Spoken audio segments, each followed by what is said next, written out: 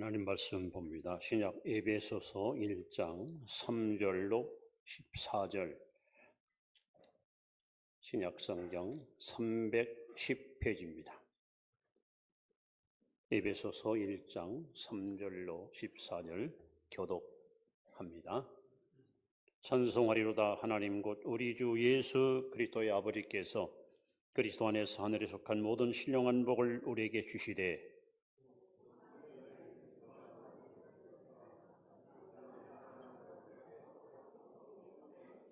그 기쁘신 뜻대로 우리를 예정하사 예수 그리스도로 말미암아 자기의 아들들이 되게 하셨으니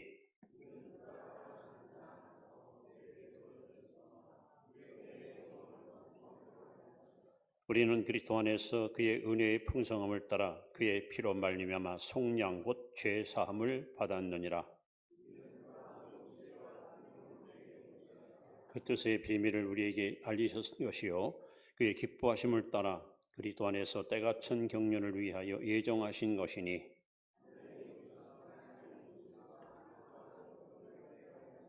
모든 일을 그의 뜻의 결정대로 일하시는 이의 계획을 따라 우리가 예정을 입어 그 안에서 기업이 되었으니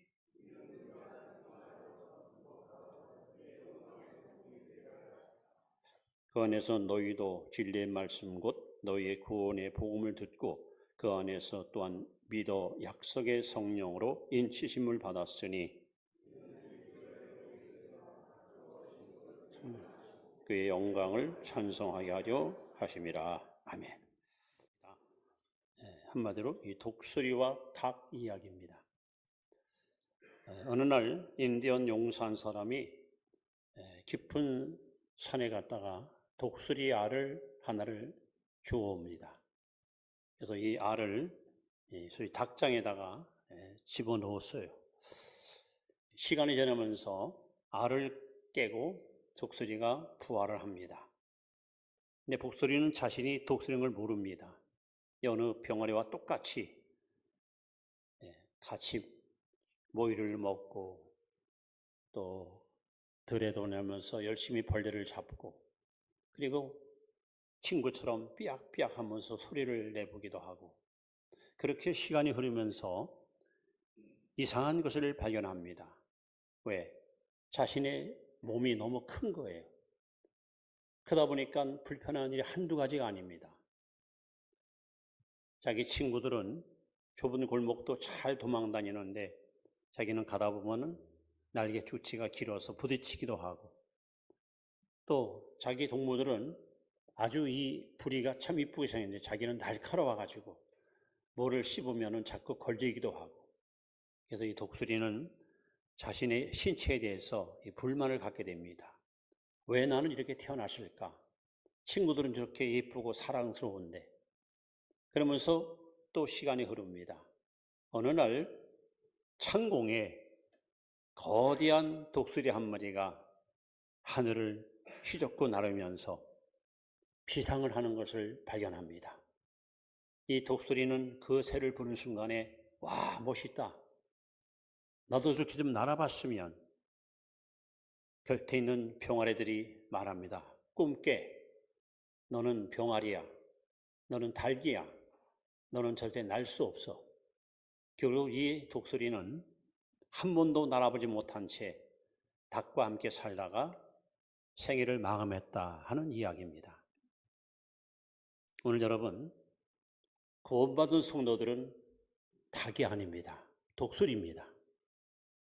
닭은 땅을 보고 살고 땅의 것을 먹고 살지만 우리 성도들은 하늘의 실령한 복을 바라보고 날마다 믿음으로 날아가는 비상하는 성도의 삶을 살아야 됩니다. 사도 바울은 로마 감옥에서 4권의 성경을 집필합니다. 에베소서, 빌립보서, 골로새서, 빌레몬서.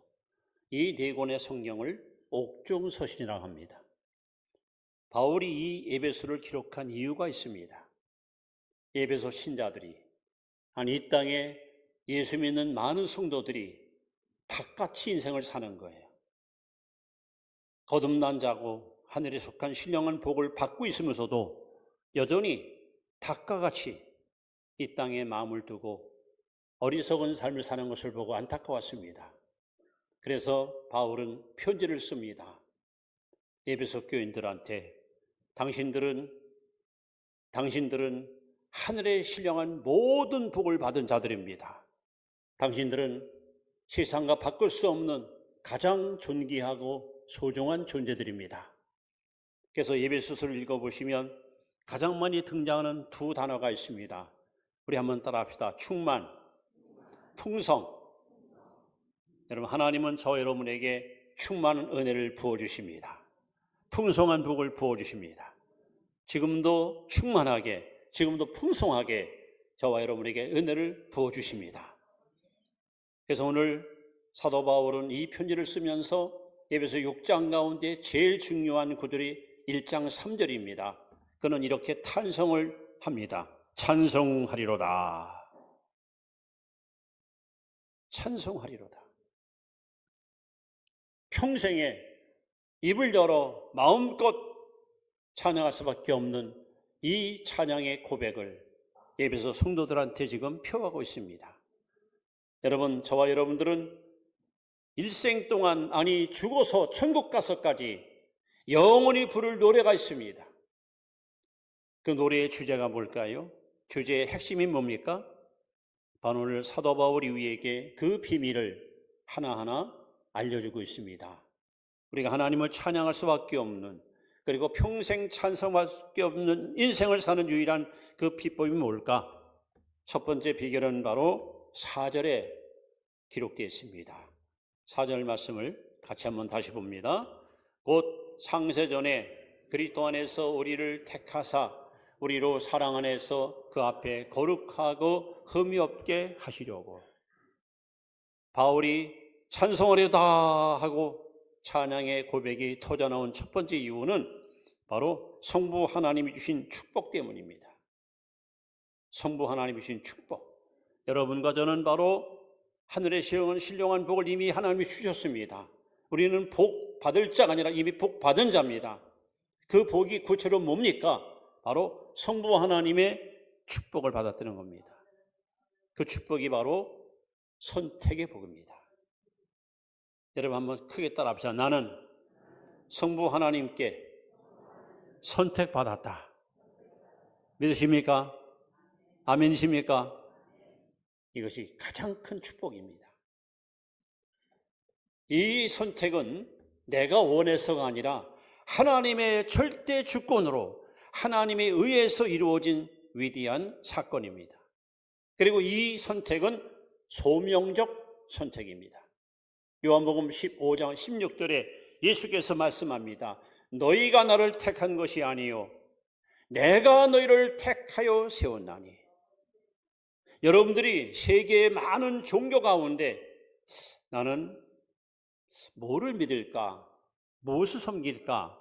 여러분이 결정한 것이 아니에요.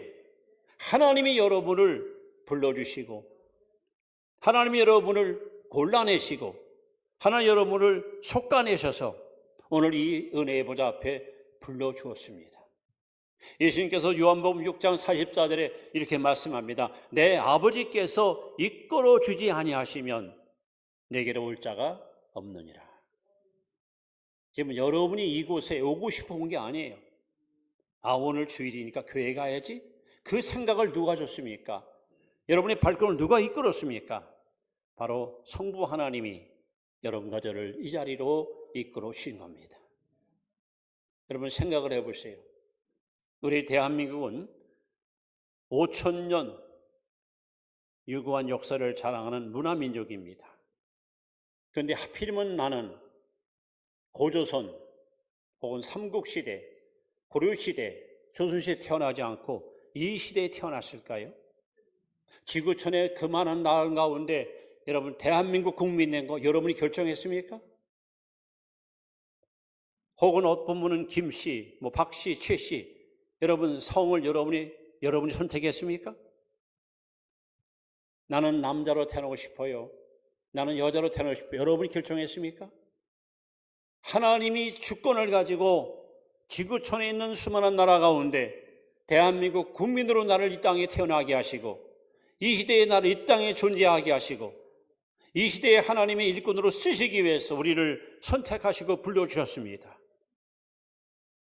그래서 여러분, 하나님께서 주신 하늘의 신령한 복 중에 최고의 복이 성부 하나님께 선택받은 축복입니다. 이것이 바로 우리가 평생에 하나님을 찬양할 수밖에 없는 찬양의 제목입니다. 여러분, 찬송가 310장 가사를 아실 거예요. 아, 하나님의 은혜로 이 쓸데없는 자 왜 구속하여 주니 난 알 수 없도다.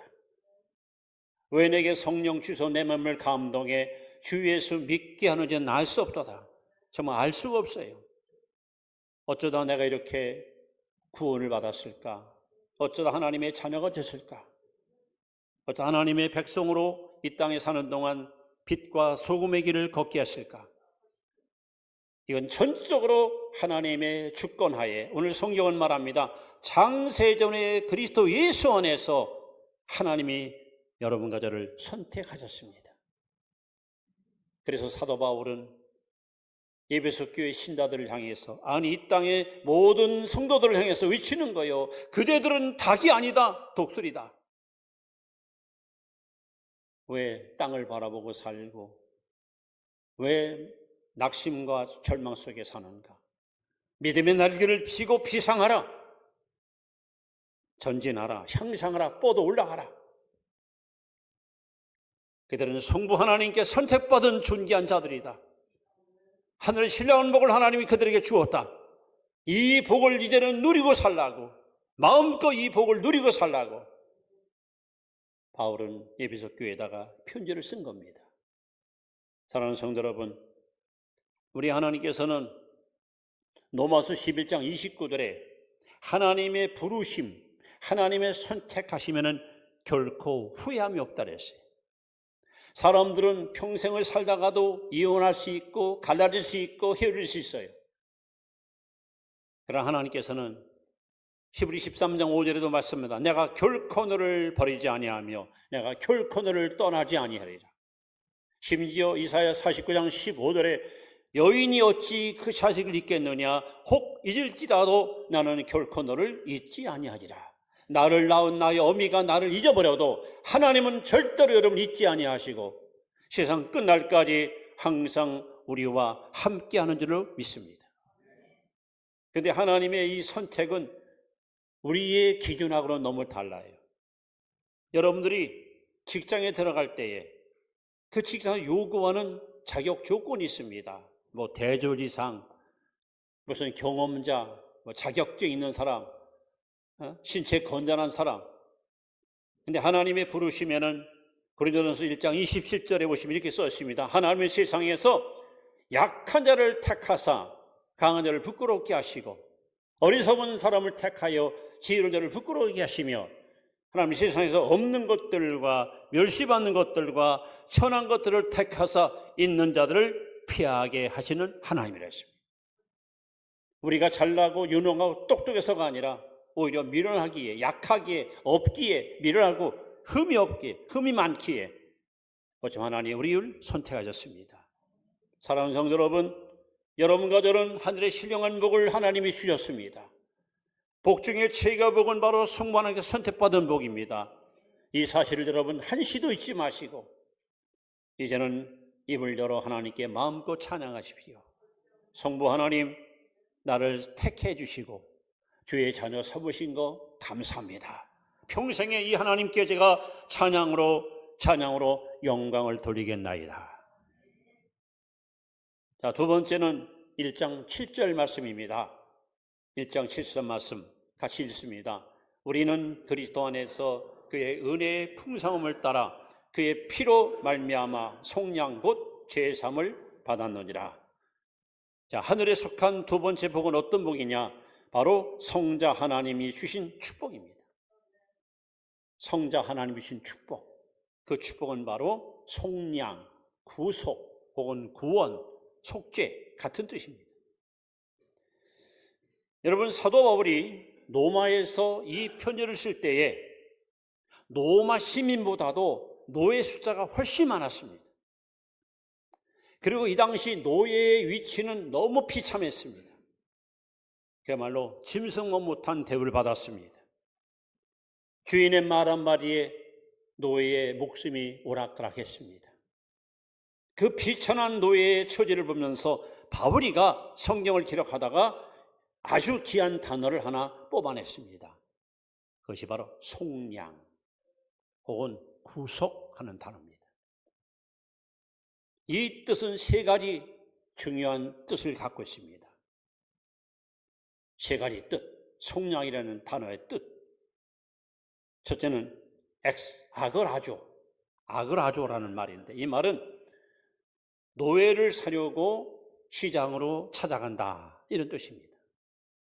두 번째는 엑사그라조, 이 말은 비싼 값을 주고 노예를 산다. 세 번째 루트로, 이 말은 비싸게 산 노예를 풀어준다, 이런 뜻입니다. 제가 설명을 드립니다. 하나님이 하늘 보좌 위에서 지구촌에 사는 인생들을 바라보니 다 하나님 앞에 죄인입니다. 예수님 요한복음 8장 34절에 죄를 범하는 자는 죄의 종이라. 여러분, 사람들이 왜 죄를 집니까? 왜 범죄를 저지릅니까? 왜 생각, 왜 언어, 왜 행동이 저렇게 악합니까? 예수님께서 말씀합니다. 죄를 범하는 자는 죄의 노예라. 즉 인간의 마음속에 죄가 왕노릇하는 거예요. 이 죄가 왕이 돼가지고 이 사람을 지배하니까 생각하는 것도 악하고 보는 것도 듣는 것도 말하는 것도 악한 거예요. 인간은 자력으로 죄의 늪에서 벗어날 수가 없어요. 마치 약한 곤충이 거미줄에 걸린 것처럼 사람은 아무리 수양을 하고 도덕을 하고 별의별 노력을 다 해도 죄의 늪에서 절대로 벗어날 수 없습니다.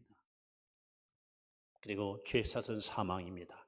범죄한 영혼은 반드시 죽습니다. 하나님께서 바라보니 이 땅에 살고 있는 인생들이 모두가 다 죄의 노예야. 그냥 놔두면 모두 멸망이고 지옥이에요. 하나님께서 죄인을, 노예들을 살리기 위해서 이 땅에 오시는데, 여러분, 역사상 가장 위대한 사건이 뭡니까? 하나님이 사람이 되는 거예요. 성육신 사건. 앞으로 우리가 성탄절을 맞이합니다마는 바로 성탄절이 하나님이 사람이 된 사건이에요. 왜 하나님이 인간이 됩니까? 당신이 인간이 돼서 죄악 세상에 내려와서 죄의 노예된 자들에게 자유를 주려고. 그래서 예수님은 저와 여러분들을 지긋지긋한 노예로부터 해방시키기 위해서 속량이라는 위대한 역사를 이루십니다. 이 속량을 성경은 뭐라고 말합니까? 죄사함이래. 그러니까 여러분, 이 땅에 살면서 우리가 받는 축복 중에 또 다른 가장 위대한 복이 뭡니까? 죄의 용서의 복입니다. 속죄의 복입니다. 두 번째, 엑사그로자라는 말은 비싼 값을 주고 너를 산다는 거죠. 여러분, 우리가 구원받기 위해서 할 일이 뭐가 있습니까? 예를 들어서 하나님이 너 구원받고 싶으니 너 잘하는 게 뭐 있어? 저는 잘하는 건 없군요. 돈은 많습니다. 그래, 그러면 앞으로 10년 동안 매주일 100만 원씩 헌금해. 10년 동안 한 번도 빠짐없이. 그럼 내 구원시킬게. 여러분, 돈 갖고 구원받았습니까? 넌 또 잘하는 게 뭐 있냐? 저는 건강합니다. 그래, 그렇다면 너 앞으로 10년 동안 새벽기도 한 번도 빠지지 말고 새벽마다 나와 기도해. 그럼 너 구원시킬게. 여러분, 우리의 노력으로 구원받았습니까?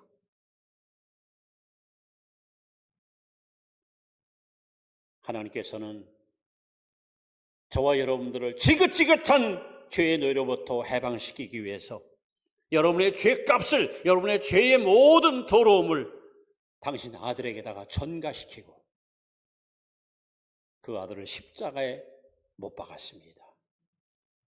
예수님 오시기 700년 전 이사야 선지자는 이사야 53장 5절 6절에 이렇게 예고하잖아요. 그가 찔림은 우리의 허물을 인하며 그가 상함은 우리의 죄악을 인함이라. 그가 징계를 받음으로 우리가 평안을 누리고 그가 채찍에 맞음으로 우리가 나음을 입었도다. 우리는 다 그릇 행하 양과 같이 각기 제 길로 갔거늘 여호와께서는 우리 무리의 죄악을 그에게 담당시키소서. 하나님께서 여러분의 죄를, 저의 죄를 예수님께다가 또 안겨주셨어요. 그리고 십자가 위에서 6시간 동안 모진 고통을 당하시다가 마지막 큰 소리로 테텔레스타이 다 이루었다 하시고 운명하십니다. 이 다 이뤘다는 이 말은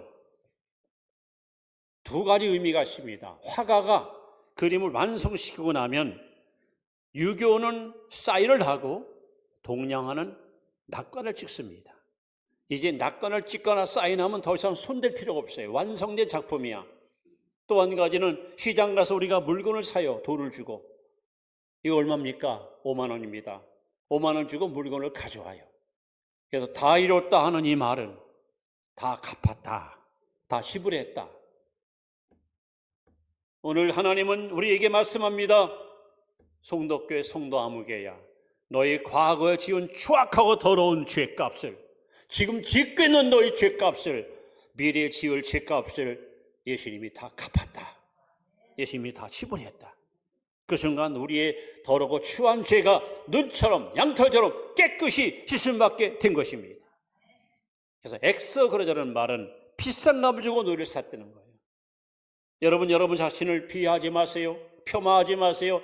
여러분은 그야말로 비싼 존재입니다. 얼마큼 비싼 존재입니까?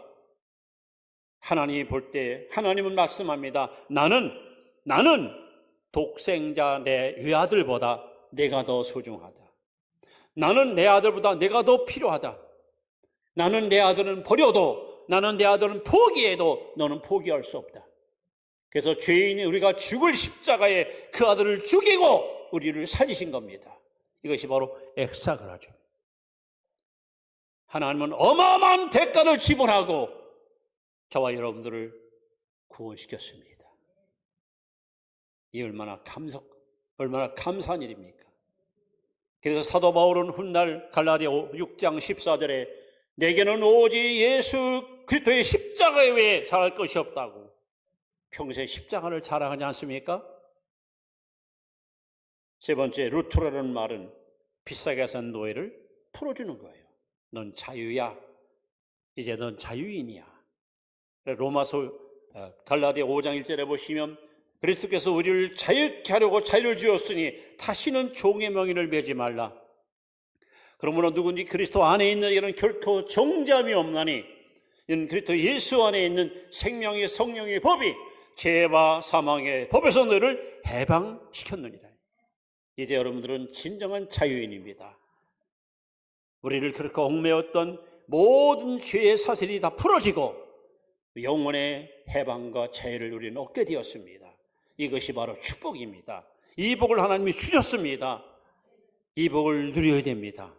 그래서 여러분 찬송가 있잖아요. 예수로 나의 구주 삼고 성령과 피로서 거듭나니 이 세상에서 내 영혼이 하늘의 영광 누리로다. 이것이 나의 간증이요 이것이 나의 찬송일세. 나 사는 동안 끊임없이 구주를 찬송하리로다. 내 영혼이 은총 입어 중화제진 벗고 보니 슬픔은 이 세상이 천국으로 화하도다. 높은 산이 거친 들이 초망이나 궁궐이나 내 주에서 모신 곳이 그들 하늘나라입니다. 여러분, 성자 하나님이신 복, 구속의 복, 성령의 복, 이 복을 우리가 받았으니 어찌 우리가 하나님을 찬양하지 않습니까? 그러므로 우리는 일평생, 아니 영원히 십자가를 자랑하고 구원의 은총을 찬양하시고 사시를 주의 이름으로 축원합니다. 이번에는 13절 말씀입니다. 같이 한번 읽습니다. 그 안에서 너희도 진리의 말씀 곧 너희의 구원의 복음을 듣고 그 안에서 또한 믿어 약속의 성령으로 인치심을 받았으니. 세 번째는 성령 하나님이신 복입니다. 성령 하나님이신 복. 이 복은 바로 인쳤다, 도장을 찍었다. 이 말씀은 바로 이사야 43장 1절에 하나님이 말씀합니다. 내가 너를 구속하였으니 너는 내 것이라. 고린도후서 1장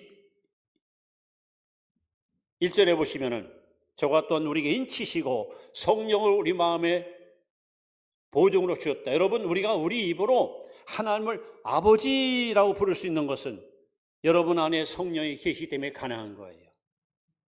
여러분, 지난 사람 붙들고 여보세요, 하나님이 당신은 아버지요, 그러면 누가 그걸 믿겠습니까?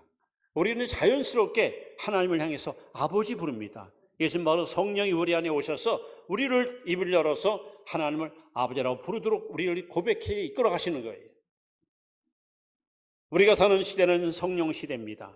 성부 하나님의 시대, 성자 예수 이사가 끝나고 이제는 성령 시대로 살아갑니다. 이 시대의 가장 큰 복이 뭘까? 바로 성령께 인침받는 거예요. 이게 왜 중요합니까? 구약 에스겔 9장 4절, 신약 계시록 9장 4절에 보시면 이렇게 써 있습니다. 이마에 입맞은 자들은 해하지 말고 입맞지 않은 자는 아끼지 말고 죽이라. 여러분, 이제 예수님이 장차 조만간에 세상을 심판하러 이 땅에 오십니다.